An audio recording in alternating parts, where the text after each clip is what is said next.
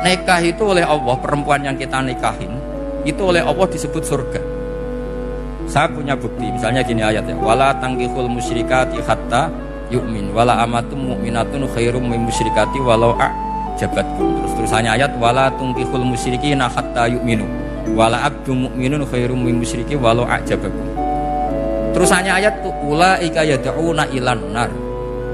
Para musyrikah yang ingin kamu nikahi karena mereka non muslim atau kafirah atau musyrikah itu hanya mengajak kamu masuk neraka.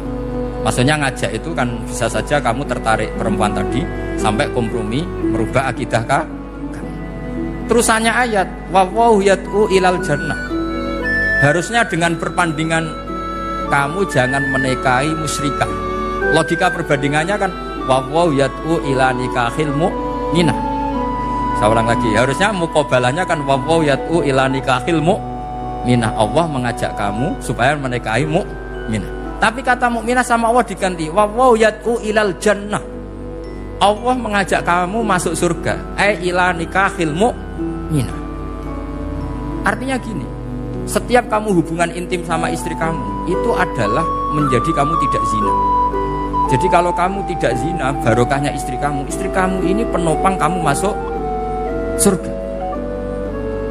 Makanya Rasulullah pernah ditanya ibadah itu apa saja. Nabi secara ringan diantara jawabannya wa fi buti ahadikum shadaqah. Sudah kamu ngumpul istri kamu itu ya ibadah.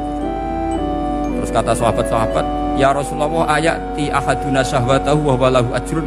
Yang benar saja Rasulullah, masa urusan gitu dapat pahala gitu. Nabi jawabannya ya enteng, alai salawaduha fi haramin aka'ana ali wisrun. Kalau dia salah yang dikeloni kan ya dosa. Berarti kalau ngeloni yang benar juga pahala.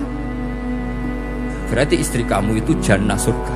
Cuma jannah yang agak aneh karena rewel itu agak aneh. Jadi itu jannah yang agak aneh. Maka supaya jannah ini tidak aneh, kata Rasulullah itu cara bersuami istri itu kata Rasulullah halla jariyatan tula ibuka wa tula ibuka. Sebagian riwayat halla jariyatan tudhahikuha wa tudhahikuka. Kamu cari perempuan yang gampang guyon, gampang rileks. Mula abah itu rileks, mudhahaka ya rileks. Saya berkali-kali cerita, saya ini termasuk orang yang nggak pernah diskusi penting sama istri saya, karena takut tegang. Biasanya kalau tegang itu yang suaminya kalah. Jadi saya itu nggak pernah diskusi penting. Saya kemarin mau ke Pasuruan ya, mau ke Peloso itu ditanya mau kemana, ya nggak tahu. Terus pulangnya kapan, ya nggak tahu. Wong kok roh-rohan. Ya saya senang saja. Nggak roh itu artinya kan bodoh. Orang bodoh itu nggak mukallaf, artinya nggak dosa kata saya. Jadi saya ngambil hikmahnya saja. Karena aku ditakoi kok jawabannya ora jelas. Ora jelas itu misteri. Memang dunia itu penuh misteri. Pokoknya tak itu. Pokoknya yang kira-kira itu jadi tidak penting. Rasulullah itu kalau debat sama istrinya ya milih gitu, milih mula abah mudhahaka. Saya punya sekian cerita betapa Rasulullah itu rileks ngadepin cemburu-cemburuan. Sayyidah Khadijah tentu orang yang super bagi Rasulullah. Sampai ketika adiknya Sayyidah Khadijah, kalau nggak salah namanya itu Halah itu, kalau datang itu Rasulullah itu menjamu karena mengingatkan suara Khadijah. Kalau muji Khadijah itu sudah langit Rasulullah. Sehingga Aisyah itu cemburu. Bagaimana anda selalu muji Khadijah? Waqad abdalakallahu khairan minha. Allah mengganti yang lebih cantik ketimbang Khadijah dan lebih muda. Maksudnya Aisyah. Kenapa masih muji yang sudah meninggal, tua lagi kan? Gantian Sayyidah Fatimah yang tersinggung karena ibunya ditua-tuakan.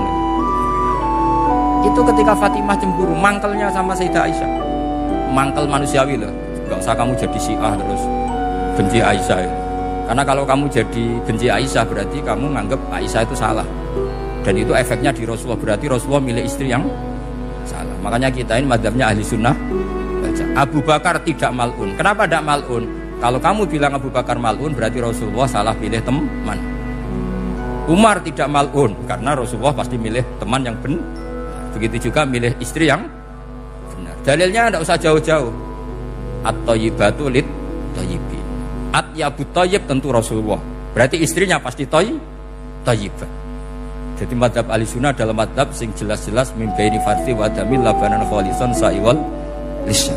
Jadi kalau kamu cari logika gampang saja. Nabi itu thayyib, bahkan at-yabut thayyib. Padahal kata Allah at-thayyibatu lit-thayyibin. Ya jelas ya. Jadi ini tidak usah dimasukkan hati tentang konfliknya Aisyah dan Fatimah, itu biasa saja. Yang satu bela ibunya, yang satu bela dirinya. Sebenarnya Aisyah itu nggak niat kritik Khadijah, ingin diperhatikan Rasulullah saja. Terus ketika Sayyidah Fatimah matur ya Rasulullah, saya supaya ngalahkan Aisyah itu gimana? Karena ibu saya sudah meninggal, ya memang cantik dia, muda dia, dan tahu betul orang kalau Nabi itu sangat mencintai Aisyah. Kata Rasulullah, bilang gini saja, tetap hebat ibu saya, karena ibu saya dapat Rasulullah rondo untuk Joko. Kowe ayu kaya apa iku untuk duduk. Jadi rileks saja Rasulullah. Akhirnya ya semenjak itu enggak ngeritik lagi. Bahaya ini kalau ngeritik. Khadijah itu kan sudah umur 40 tahun. Janda dapat Joko. Aisyah perawan untuk duduk. Keren mana? Keren Khadijah. Jadi tidak semua masalah itu Nabi itu menyelesaikan cara ekstrim. Nabi itu biasa mula'abah, santai rileks. Nah, kalau para mbak-mbak ini ingin jadi surga yang enggak aneh, syaratnya jangan rewel, karena di surga itu enggak boleh ada orang rewel. Tapi kalau enggak rewel sementara suami kamu enggak bener, ini namanya goblok. Maka kata Mbak Mun kalau ngijazahi santri-santrinya, "Cung, bojomu kudu rewel, enggak ngono fakir," kata Mbak Mun. Tapi santri yang di belakang gremeng, "Iya, Mbah, nak fakir, nak jantungan mati." Makanya sering itu. Jadi di antara ulumil Quran itu ada istilah maudhi'ul mudmar mengganti maudhi'ud dhamir, atau maudhi'ul lafzi menggantikan lafdan akhar. Itu memang agak jelimet ilmu tafsir, tapi bagi pelakunya itu menjadi gampang. Ya tadi, ketika Allah melarang nikah hal musyrikah, saya ulang lagi. Ketika Allah melarang nikah hal musyrikah, normalnya perbandingannya kan wallahu yad'u ila nikahil mu'minah. Tapi sama Allah diganti wallahu yad'u ilal jannah. Itu menunjukkan bahwa nikahul mu'minah adalah al jannah. Karena kamu hubungan intim ya ibadah, diwamuk kowe sabar ya ibadah, nafakoi ya ibadah, neng-nengan kejahatan senjata juga ibadah. Seru Bang, neng-nengan itu seru. Karena memang di antara sistem tubuh kita itu butuh masa-masa jeda. Mari cerdas. Karena tubuh kita ini tidak hanya butuh seneng, tapi juga butuh susah. Susah itu melahirkan kearifan. Jajal bojomu tahu minggat, mesti kearifan kamu meningkat. Jadi minggat itu ya penting. Nikmati saja. Udah ini saya nggak ngajari keburukan. Memang seperti itu. Nah saya berharap ilmu usul fikih ini tidak boleh hilang. Karena dengan ilmu usul fikih kita tahu mubah adalah tarkul haram dan tarkul haram adalah wajib. Maka Allah sering sekali membicarakan sesuatu yang mubah itu superior. Kayak tadi wa min ayatihi manamukum billaili wan. Nah, termasuk ayatnya Allah adalah kamu itu tidur. Cara berpikir tadi, kalau saya tidak tidur sakit, kalau sakit habis biaya banyak. Sementara tidur hanya butuh seperti ini. Betapa baiknya Allah dengan tidur bisa menjaga kesehatan yang kalau tidak dijaga berbiaya tinggi. Berarti hadan naumul ibadah. Terus ulama bilang tidur itu ibadah kalau niatnya litaqawi alal ibadah. Tapi nak wae blojo turu lha iku sing masalah. Tapi tentu ilmu itu ada pembanding. Sekarang ketika kamu tidur itu tarkul wajib apa tarkul haram? Nah itu masalahnya. Seringnya kamu itu tarkul wajib. Wae mulang turu. Wae ngantor wong kerja turu. Lah itu tarkul haram atau tarkul wajib? Tarkul wajib. Kalau tarkul wajib berarti status tidur kamu haram. Sudah pinter ini, sudah maju ini, sudah maju. Anda mensyaratkan nikah itu pakai wali. Ayatnya apa? Kalau hadisnya jelas la nikaha illa biwaliyin mursyidin. Ayatnya apa? Imam Syafi'i secara enteng baca ayat fala ta'duluhunna ayyankihna azwajahunna idza tarawdu bainahum bil ma'ruf. Jika wanita yang kamu waleni, saya ulang lagi, jika perempuan yang kamu walikan, misalnya kamu punya anak yang umur 20 tahun ingin nikah sama seseorang, sing seseorang ini layak, ya misalnya kiai ya, apal alfiyah.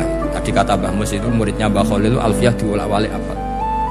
Saking seringnya belajar alfiyah, kata beliau sampai santri apal alfiyah wolak-walik tapi raro carane jamak kosor. Karena dulu pondoknya mau pondok nahwu, jadi kayak di ngelirap itu. Tonggone nganti apal fa'ala yaf'ulu fa'lan. Cinone weh apal saking bedino itu pujiane ra selawatan fa'ala yaf'ulu fa'lan wa ma fa'lan wa fa'ilun. Jadi pondok ya macam-macam. Itu saya tadi sampai mana itu? Tentang apa? Wali nikah tadi. Di Di bab fikih, saya ulang lagi di bab fikih. Itu kata Allah, jika perempuan yang kamu walikan itu ingin nikah, fala ta'duluhunna, jangan kamu larang. Kata Imam Syafi'i, kalau seorang wali tidak punya hak mewalikan, maka larangan jangan menghalangi itu tidak ada gunanya.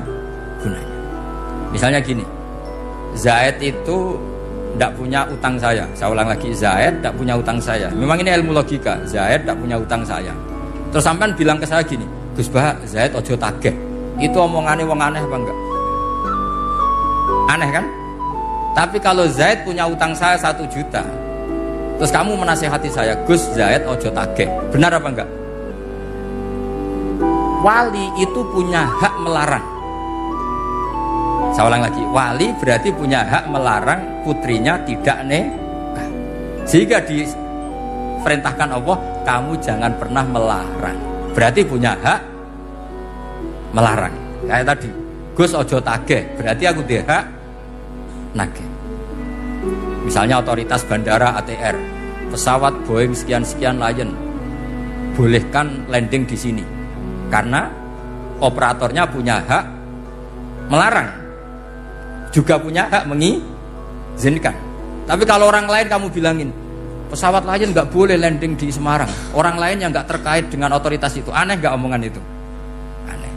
Kalau wali dilarang menghalangi perempuan ingin nikah, harus memberi izin maksudnya, maka berarti wali punya hak menikahkan.